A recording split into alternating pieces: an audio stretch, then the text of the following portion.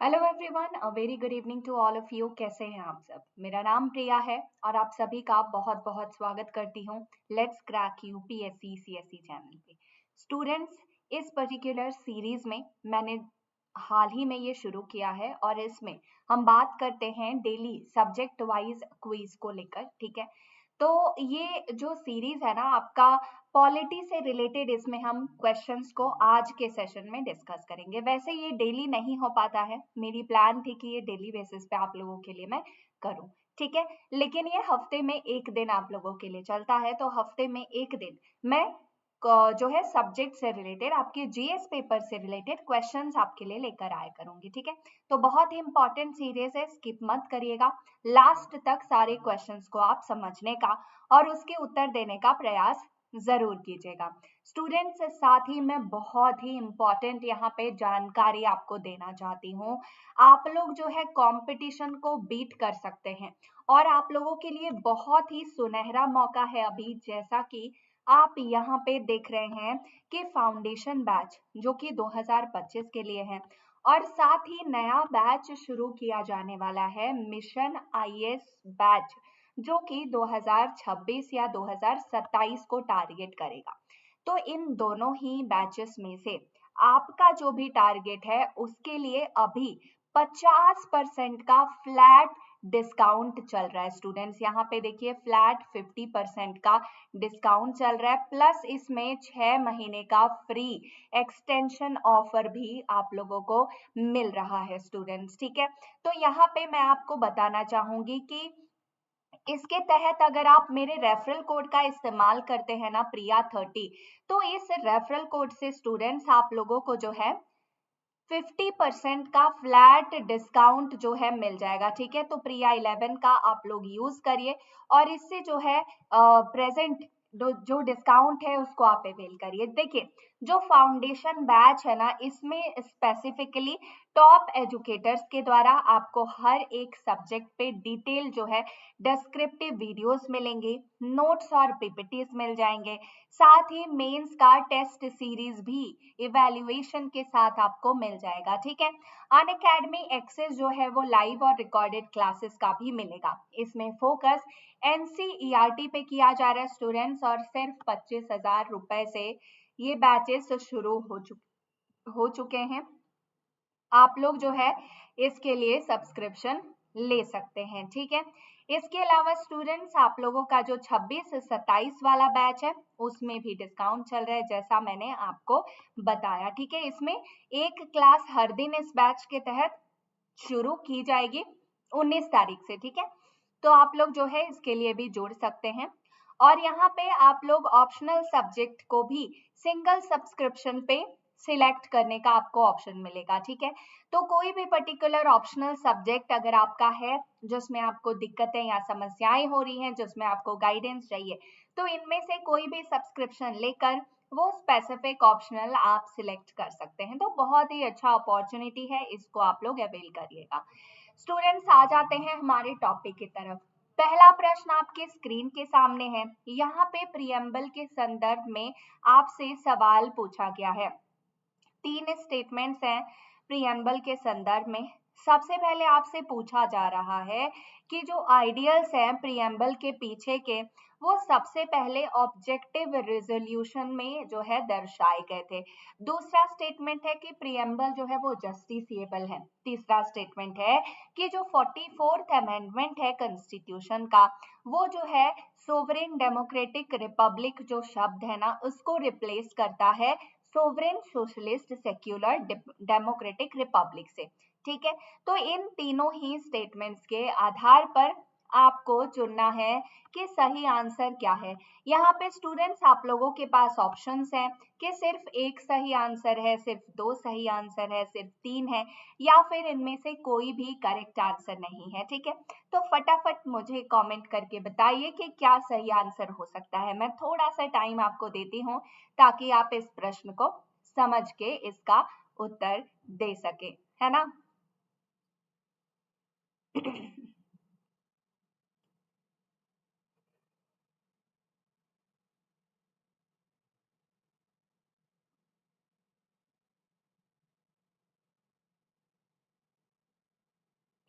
So students, यहाँ पे अगर मैं करेक्ट आंसर की बात करूं तो A is the right answer. सिर्फ पहला स्टेटमेंट जो है ये सही है, ठीक है। आइडिया जो है प्रियम्बल का वो ऑब्जेक्टिव रिजोल्यूशन से हमने सबसे पहले लिया था, ठीक है। सबसे पहले ऑब्जेक्टिव रेजोल्यूशन में इसका आइडिया जो है दर्शाया गया, ठीक है। प्रियम्बल होता क्या है आप सब जानते हैं, बहुत ही इंपॉर्टेंट चैप्टर है एम लक्ष्मीकांत का। आप लोग इसको जरूर पढ़िएगा, 2 से 3 बार तो मिनिमम आपको पढ़ना ही है, ठीक है। तो प्रियम्बल जो है वो एक तरह का डॉक्यूमेंट का इंट्रोडक्शन है जिसमें कि बेसिक प्रिंसिपल्स और गोल्स को दर्शाए गए हैं, ठीक है। जब भी कॉन्स्टिट्यूशन ड्राफ्ट होने वाला था तो उस समय जो प्रियम्बल का आइडिया था ना वो सबसे पहले ऑब्जेक्टिव रिजोल्यूशन में दर्शाया गया, जिसको कंस्टिट्यूएंट असेंबली के द्वारा 1947 यानी कि 1947 जो है इसमें अडॉप्ट किया गया था। इसी वजह से स्टूडेंट्स पहला जो स्टेटमेंट है वो सही है। बात आ जाती है दूसरे स्टेटमेंट की, तो किसी भी प्रिंसिपल का जो वायलेशन है वो प्रियम्बल में मेंशन किया हुआ है। इसमें ये कहा गया है कि किसी भी प्रिंसिपल का वायलेशन जो है वो कोर्ट में जाने का रीजन नहीं हो सकता, ठीक है। इसका मतलब ये है कि प्रियम्बल जो है वो नॉन जस्टिसिएबल है। हालांकि जो कोर्ट के जजमेंट्स होते हैं ना ये एक एडिशनल फैक्टर होते हैं उनके रीजनिंग के लिए, ठीक है। और इसी वजह से ये जो है कॉन्स्टिट्यूशन के स्पिरिट को दर्शाता है। तो हमारा सेकंड स्टेटमेंट गलत हो गया। बात आती है थर्ड स्टेटमेंट की, ठीक है। तो 42nd अमेंडमेंट जो है कॉन्स्टिट्यूशन का, जो कि 1976 में पास किया गया था स्टूडेंट्स, जब इमरजेंसी जो है आया था, तो उस समय पे क्या हुआ, उस समय पे सोवरेन डेमोक्रेटिक रिपब्लिक जो शब्द था प्रियम्बल को, उसको बदल कर sovereign socialist secular democratic Republic उसको कर दिया गया, ठीक है। इसी वजह से थर्ड स्टेटमेंट भी सही नहीं है, ठीक है। इसके अलावा जो अमेंडमेंट हुआ था इसमें जो है यूनिटी ऑफ नेशन जो है इसको भी बदलकर unity and integrity of nation कर दिया गया। इसी वजह से ए ऑप्शन हमारा राइट आंसर होता है, ठीक है। समझ गए आप, आगे बढ़ते हैं। नाउ स्टूडेंट्स, अगला क्वेश्चन आपका है, पहला स्टेटमेंट इसमें दिया गया है अशोक मेहता कमेटी के रेकमेंडेशन के बारे में, ठीक है। उसमें ये बताया गया कि अशोक मेहता की जो कमेटी थी उसने ये रेकमेंड किया था कि एक एजेंसी को विलेज लेवल पे सेटअप करना चाहिए, जो कि पूरे विलेज की कम्युनिटी का जो भी इंटरेस्ट होगा, जो भी उनके हित में चीजें होंगी उसको लेकर जो है रिकमेंडेशंस सुनाएगी। साथ ही गवर्नमेंट के जो डेवलपमेंटल प्रोग्राम्स होंगे उसमें भी ये अपने रिकमेंडेशंस दे सकती है, ठीक है। तो इसका सजेशन किसने दिया था, अशोक मेहता कमेटी ने दिया था। उसके अलावा बलवंतरी मेहता कमेटी ने ये सजेस्ट किया कि जो कॉन्सेप्ट है पंचायती राज का पॉलिटिकल इंस्टीट्यूशंस को लेकर, उन्होंने जो है सजेस्ट किया था कि पंचायती राज का कॉन्सेप्ट पॉलिटिकल इंस्टीट्यूशंस को लेकर थोड़ा सा चेंज किया जाए। तो इसमें पूछा गया है कि कौन से स्टेटमेंट सही हैं, ठीक है। यहाँ पे आपका पहला स्टेटमेंट सही है या फिर दूसरा स्टेटमेंट सही है, ठीक है। तो स्टूडेंट्स यहाँ पे आप देख सकते हैं 4 ऑप्शंस है आपके सामने, इसमें से आपको सिलेक्ट करना है। करेक्ट आंसर की अगर मैं बात करूं तो D is the right answer. दोनों ही स्टेटमेंट्स गलत है स्टूडेंट्स, ठीक है।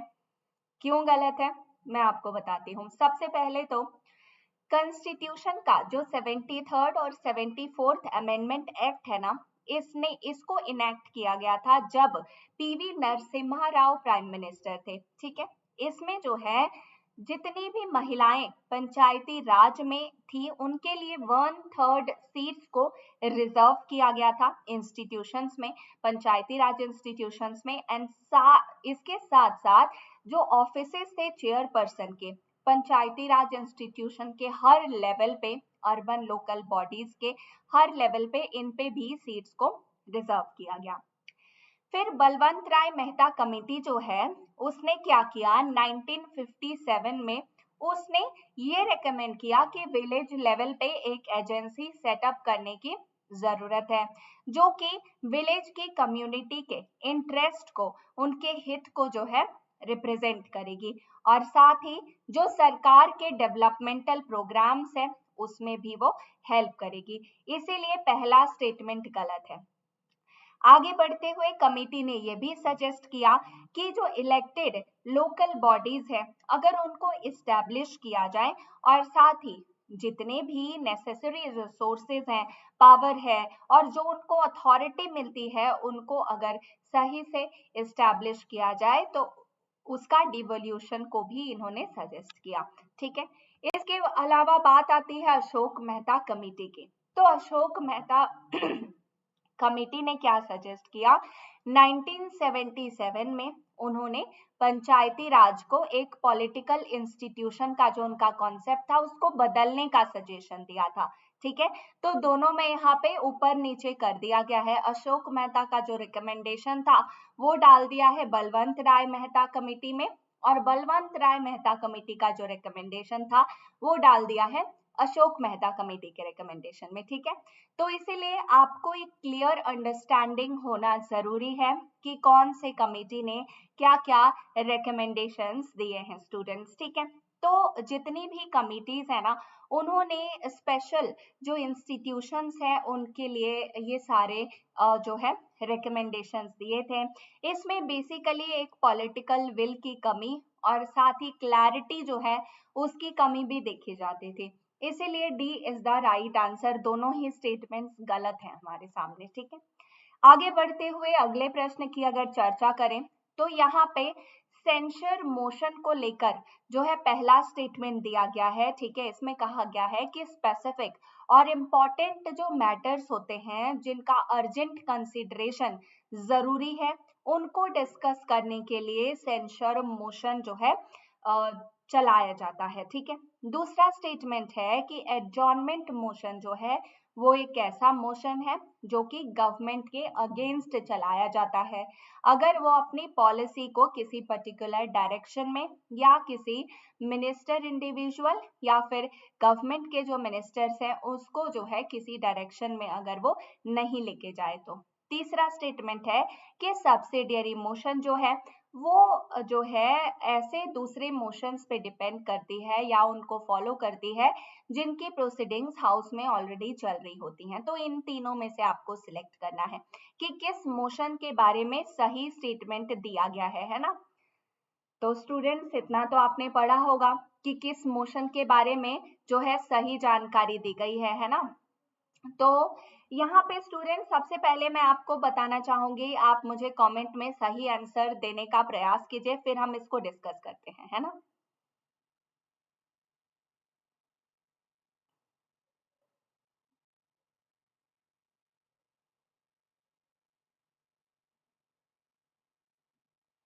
ओके, देखिए यहाँ पे अगर करेक्ट आंसर की बात करूं तो A is the right answer. Adjournment motion जो है ना वो एक ऐसा मोशन होता है जिसमें कुछ स्पेसिफिक और इम्पॉर्टेंट मैटर्स को अर्जेंट कंसिडरेशन के जो होते हैं उनको डिस्कस किया जाना जरूरी होता है। ठीक है, इसीलिए स्टेटमेंट वन जो है वो हमारा यहाँ पे गलत है। ठीक है, स्टेटमेंट वन जो है गलत नहीं है।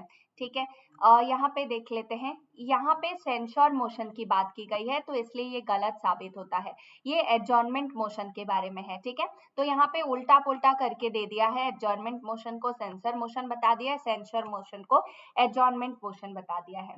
स्टूडेंट्स, एडजॉर्नमेंट मोशन की अगर बात करें तो इसको हाउस के किसी भी मेंबर के द्वारा चलाया जा सकता है अगर ऐसी कोई भी इमरजेंसी की सिचुएशन होती है सरकार के ऊपर और उस पर डिसीजन लेना या कंसिडरेशन जरूरी होता है तो इसको शुरू किया जा सकता है। वही अगर सेंसर मोशन की बात की जाए तो वो एक ऐसा मोशन है जो कि सरकार के अगेंस्ट में इस्तेमाल किया जाता है। अगर सरकार जो है वो अपनी पॉलिसीज को सही डायरेक्शन में इम्प्लीमेंट नहीं कर पाए तो, या फिर इंडिविजुअल जो मिनिस्टर्स होते हैं या फिर गवर्नमेंट के जो मिनिस्टर्स होते हैं इनके अगेंस्ट इसको इस्तेमाल किया जाता है। तो दूसरा स्टेटमेंट जो है वो भी सही नहीं है, गलत है। थर्ड आता है substantive motion. Substantive motion students self contained और इंडिपेंडेंट प्रपोजल वाला मोशन है, ठीक है, जिसको जो है हाउस के प्रपोजल के लिए सबमिट किया जाता है, ठीक है, और इनको इस तरह से ड्राफ्ट किया जाता है कि उसमें जो है हाउस का एक पर्टिकुलर डिसीजन एक्सप्रेस होके आ पाए। जैसे कि जितने भी रिजोल्यूशंस हमारे सामने आते हैं वो एक सब्सटेंसिव मोशन का फॉर्म होते हैं, ठीक है। तो तीनों ही मोशंस के बारे में आप समझ गए। देखिए, मोशंस के बारे में अगर आपने अभी तक नहीं पढ़ा है तो अभी तुरंत एम लक्ष्मीकांत आप लोग जरूर पढ़िए। सारे के सारे मोशंस के बारे में डिटेल्ड आपको वहां पे जो है सारी एक्सप्लेनेशन भी मिल जाएगी, और आप लोग जो है उसका नोट्स भी जरूर बनाइएगा, क्योंकि आपके एग्जाम पर्सपेक्टिव से बहुत ही इंपॉर्टेंट है ये, ठीक है। आगे बढ़ते हैं। मोशंस अगर सब्स्टिट्यूशन में मूव किए जाते हैं ना, तो बेसिकली इनको किसी भी पॉलिसी या कोई ऐसा सिचुएशन अगर आ जाए, है ना, या फिर किसी भी मैटर में अगर किसी ने कोई स्टेटमेंट दे दिया है, तो ऐसे अगर मोशन ऐसे केसेस में पास होता है, ठीक है, अगर ओरिजिनल मोशन के सब्स्टिट्यूशन में इसको पास किया जाता है तो ऐसे मोशन को हम सब्स्टिट्यूट मोशन कहते हैं, ठीक है।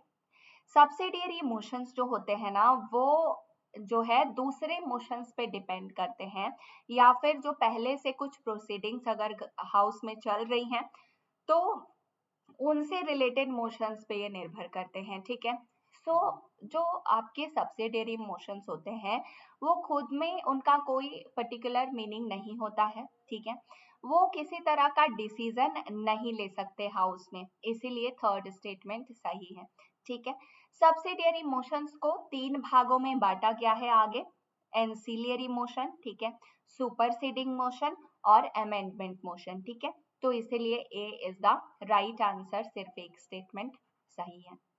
आगे बढ़ते हुए स्टूडेंट्स बात करते हैं एक और क्वेश्चन की।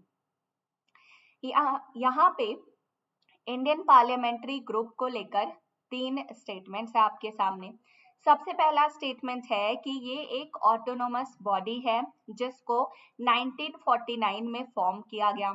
दूसरा स्टेटमेंट है कि इंडियन पार्लियामेंट्री ग्रुप का जो मेंबरशिप होता है वो जो है सिर्फ एक्स मेंबर ऑफ पार्लियामेंट होते हैं। तीसरा स्टेटमेंट है कि जो ग्रुप है वो कई सारे फॉरेन कंट्री में विजिट करती है ताकि जो दूसरे फॉरेन कंट्री के पार्लियामेंट्स है ना उनके मेंबर्स के साथ वो कांटेक्ट डेवलप कर सके। तो आपसे पूछा गया है कि इनमें से कितने स्टेटमेंट इंडियन पार्लियामेंट्री ग्रुप के बारे में सही है। सोचिए क्या करेक्ट आंसर हो सकता है। आप मुझे कमेंट में आंसर बता सकते हैं।